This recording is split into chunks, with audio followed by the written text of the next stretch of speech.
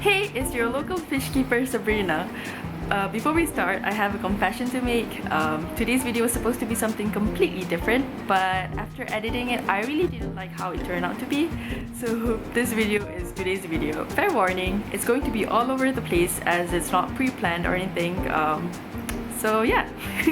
But I still hope you guys enjoy today's video still. So let's start off by doing a little bit of an unboxing.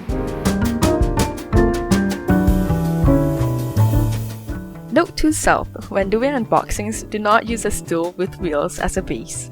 Anyways, this past weeks, I've been looking at terrariums on the internet and I'm genuinely amazed and impressed at how pretty moss walls are. I'm also itching to try and plant some new carpet plant that I've never tried before, so let's have a look.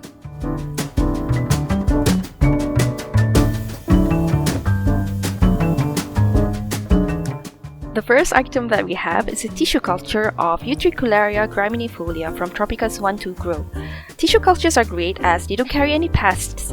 I personally love the 1-2 Grow Tropica plants. They always come in healthy and full, and they actually give you quite a lot of plants to work with. Hashtag not sponsored, but Tropica, if you're listening, hit me fishy up. I digress. Believe it or not, Utricularia graminifolia is actually a carnivorous plant. It won't eat your fish, but after some reading up online, people actually feed them daphnias. I might need to try that before confirming though. And hey, if you have any tips on growing them, do tell me in the comments.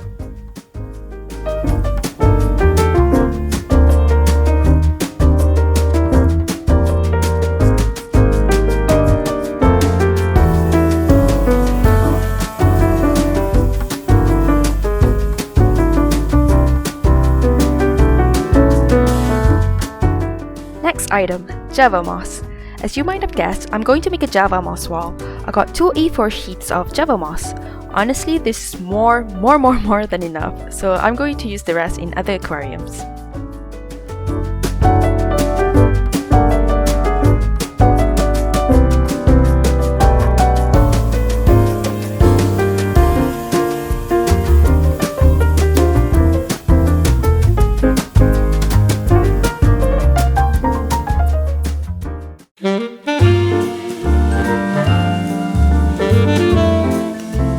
You will need 2 sheets of mesh. This is from a previous project of mine, which is why it's looking a bit wild. Cut them to the dimensions of your aquarium.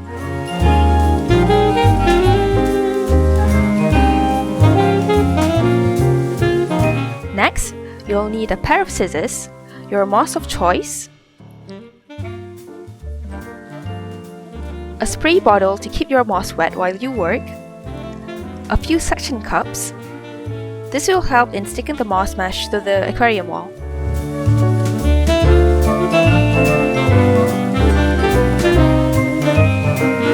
A needle and thread. Ideally, I'd use a fishing line, but I don't have any at the moment, so beggars can't be choosers.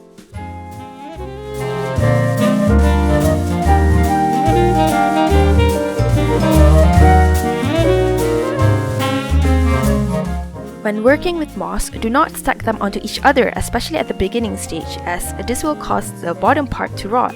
You want to spread them thin across.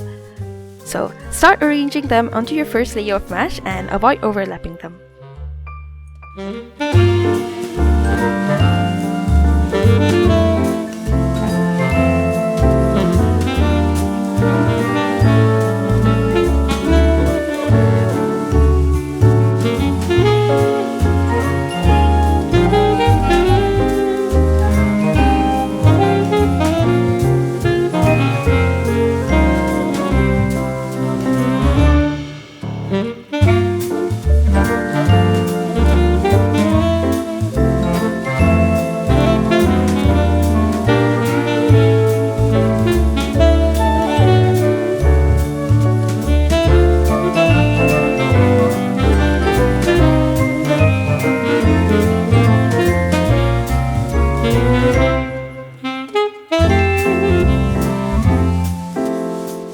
On to the next step. Take your needle and thread and start stitching up the sides of your mesh. The important thing here is to stitch them as secure as possible to ensure there is no gap in between these two meshes. This is honestly the most labor-intensive part of the project. If possible, do this part at your desk or table. You'll thank me later.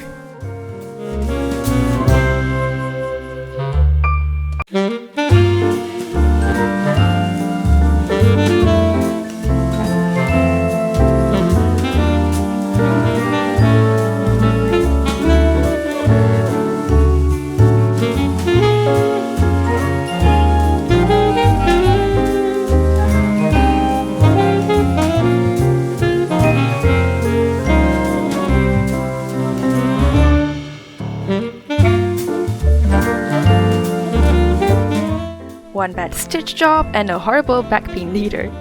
You'll end up with something that looks like this, but better. I left the bottom part moss free as this will be covered by soil.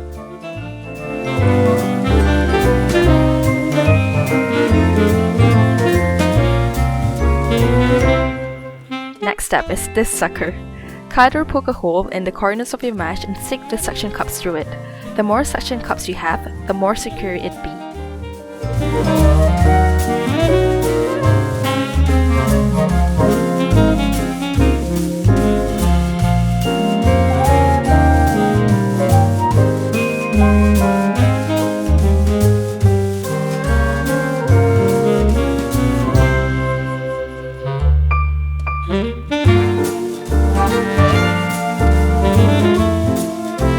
If you like to secure them even more, you can use paper clips to hold them. The soil will help hold the bottom part.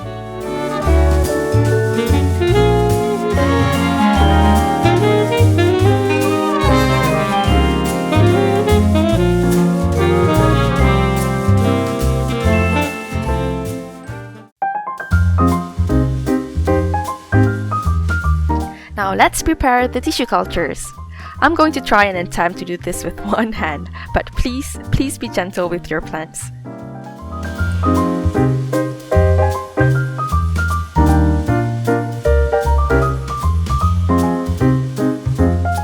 With tissue cultures, you'll find this gel-like substance at the bottom part of the plant. This is the media in which they were grown in. You do not want this in your aquarium, so gently wash it off with water.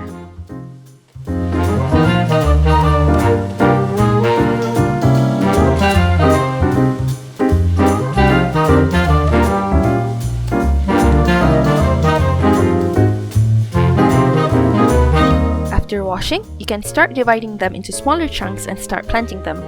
Honestly, at this point my back hurts so much, so I just planted the whole pot. This will later grow, hopefully, into a beautiful and lush carpet.